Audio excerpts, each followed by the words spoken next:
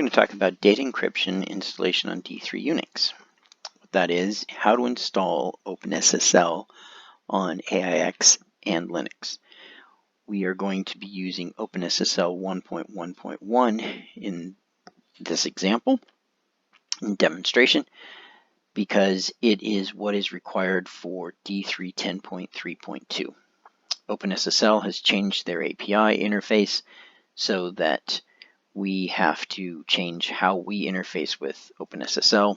Therefore, there is a hard and fast gap between 10.3.2 and OpenSSL 1.1.1 and the older versions of D3, which will work with the older versions of OpenSSL. This is our legal disclaimer. I'm Tim Rude, the Senior Development Manager for D3 at Rocket Software. And these are some of the resources that we have used in this demonstration. The first one here is the location of where I have found the source code for OpenSSL 1.1.1. This is the particular version that we're using for this demonstration.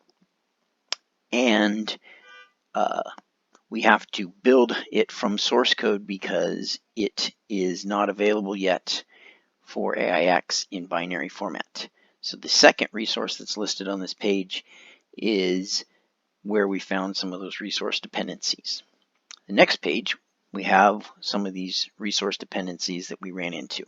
So when we run configure before we can do the make or the build of the OpenSSL package, the configure program has some dependencies on Perl, which had a dependency on GDBM, which had a dependency on getText, which in turn had a dependency on the three packages glib2, libunistring, and libxml2.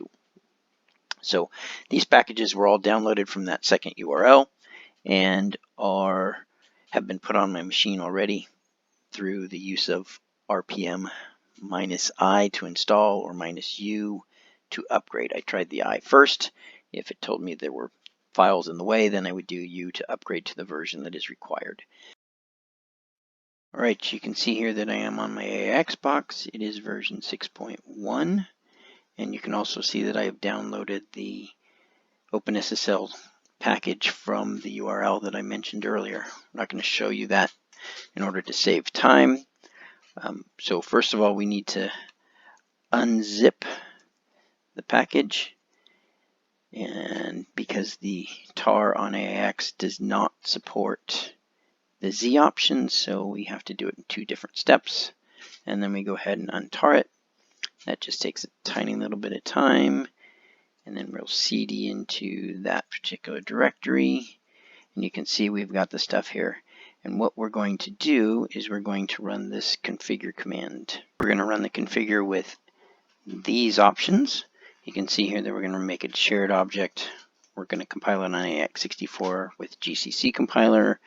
And we're going to place the results out here in the opt my OpenSSL, which is our own unique folder, so that it's unique away from any other open source packages that may have been already installed on the machine. This only takes a little bit, so we'll go ahead and let it run. Some of the other things that we're going to do, we're going to cut the video so that it'll save some time. So the next thing we do that we will cut after it gets started is we're just going to type make. And it will run for 6 to 8 minutes, so we'll see you back when it's done. Now that the make has completed, the last step that we need to do is make install. And this copies all the folders, all the things that we just built over into the opt my OpenSSL directory structure. This doesn't take as long, but it still will save some time by cutting the video. And we can see that it is finished here. It only took 3-4 minutes on my machine. So before we're ready to install D3 or set up D3, relink the D3 monitor, we do need to set up some libraries and some paths so that D3 can actually have access to it. Because right now, at this stage, the only place that these OpenSSL libraries are in this the /opt/my OpenSSL directory. So we need to copy them over to opt freeware lib, which is one of the places that D3 will look for it when it's linking. And so I've already done that. Let's cd into the slash opt freeware lib folder. And if I do an ls minus lrt, you can see that I have just done these libraries right here. So those are the ones that I've copied. And if we look at where I copied them from, slash opt slash my open SSL slash lib, there they are. Those are the exact same libraries. If we do it with the -L option, you'll actually be able to compare it and see a little bit better, but the dates will have changed because obviously we've just rebuilt them right now since last time I copied them a few hours earlier today. So you'll just copy these from opt my open SSL slash lib to opt freeware lib. Now, actually what I want to do is I want to just do the libraries. I don't need all that other stuff. Some of these won't copy because they are actually currently in use, or not. So there we copied all the libraries, and now we need to update the include file and also the system library. The system library we do need to be a little bit careful, so we'll go ahead and do that last. So right now if we go on over to /user include and we list out what we have for OpenSSL. Open ls minus ld open asterisk. You can see that I have an OpenSSL directory as well as an OpenSSL 1.0.2. Now, the OpenSSL directory is simply a link to the opt my OpenSSL include OpenSSL folder, and that's I set that up. I created that link with the command ln -l sf, the directory that exists, and the new name that I want to give it. I did this after I renamed this particular folder in user include to OpenSSL.1.0.2 so that I could preserve all the header files that are for the older version, but then still, and if I needed to, be able to switch back to use that.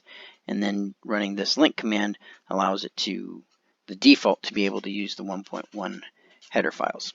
So we've got that set up. Now the final thing that we need to set up is in user lib.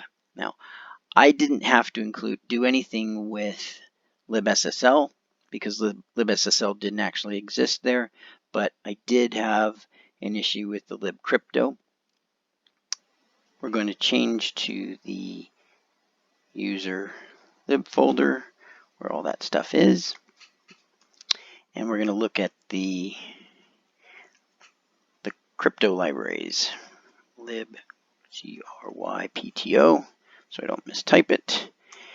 And you can see we've got several different versions in here. We've got the libcrypto 64 so.1.1.1, we got the libcrypto so.0.9.8, and we got libcrypto.1.0.2. So on my machine, the libcrypto -1.0.2.a was there, and it was a symbolic, or there was a symbolic link to libcrypto.a. So I removed the symbolic link, copied it to libcrypto.a. So if we look at what's in libcrypto 1.0.2, AR-X64 libcrypto-102A, we got to get it some options of what we want it to do.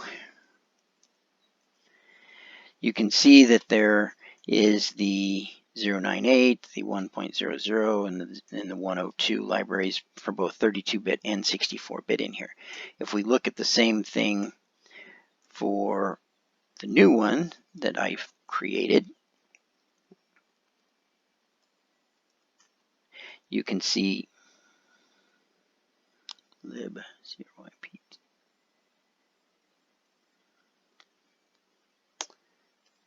The AR command, not that command. You can see it has the same exact things, except you can also see that I've added this down here. Now, I'll show you the command that I ran to get it in there, but I've rebooted the machine since, so the command's going to fail because this library is actually in use now. So if I do an AR minus x64, telling it we're dealing with the 64-bit stuff, and we want a verbose replace update option, lib crypto.a, and what we want to add is this particular package right here. Now, this I did have to copy from the opt my OpenSSL lib folder because it wasn't there, so I did copy it here. I copy it here so that I can archive it a lot easier. You don't actually probably have to copy it there, but I did so that I could run it like this without having to put full pathing in at this point. So I ran this. This will probably tell me that the file's busy, which it does, so I can't do it. But that should work if you just have broken the link and have created a new one. Then your new archive will not be in use. You'll archive this in, then when you shut down and come back up, this particular archive will then be the one that is in use.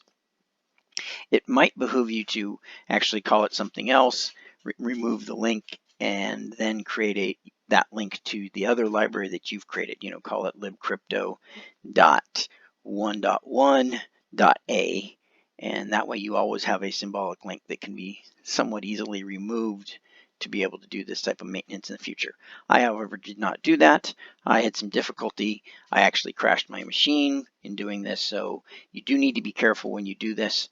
But that's all you need to do in order to get the environment set up in order for D3 to be able to use the crypto libraries. And we will now go on to Linux, and then we'll do the install and show you what it looks like afterwards. Okay, here we are on our Red Hat 8 box, and we're going to show you how to install the OpenSSL libraries here. The dependency that you need here is OpenSSL-devel. It's the thing that gives you the final links for the libraries as well as the header files. And we need those in order for D3 to tell that the OpenSSL libraries are there and can use them during its final installation of D3. So if OpenSSL is not installed on your system, installing OpenSSL-devel will also install that dependency. What's one of the nice features of Yum. So we do a Yum install OpenSSL-devel, and it goes out to the server, finds the package that it needs, and comes back and installs it, and we're ready to go. We're at the same place now as we were with AIX. Everything we need is in place, ready to install D3. So we'll go ahead at this time and show what you need to do with D3 in order to make it happen, and it's as simple as running the D3 setup again. No, we don't want to delete them. Yes, we want to continue. We're going to just take all the default options because I've installed on this machine several times, and hit return, and you can see, probably flashed by too quickly, but you can see it installed successfully. So we're up and running. I will probably cut the video while we boot D3. All right, D3 is finished booting, so we can simply do an encrypt file of, pick one, customers.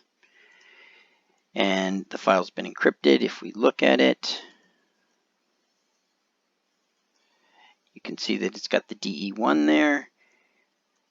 Come out of here and we dump 9175. You can see the data is all encrypted with the little encryption tag here. And you can't read any of the data that's in the file. So there we have it. It's installed. One thing that I do want to point out is there is a dependency on older versions of D3 on 32-bit OpenSSL. And so the D3Tel application on older versions of D3 was only 32-bit, and therefore you would also need to install the 32-bit versions of OpenSSL in order for that to work. One handy little tool to look at that is LDD. So if we look at user lib pick D3Tel, you can see that here we have installed it now on the 64-bit version with the 1.1 libraries. But on the older versions, this would have been needing to be a 64-bit flavor of the libraries in order to have it work correctly with D3. So LDD is handy to tell what libraries are linked in with your executables. And finally, here are some other videos in this MVO related set of courses that you might find enjoyable or applicable to what you need to do in your effort to secure your data. Thank you for listening.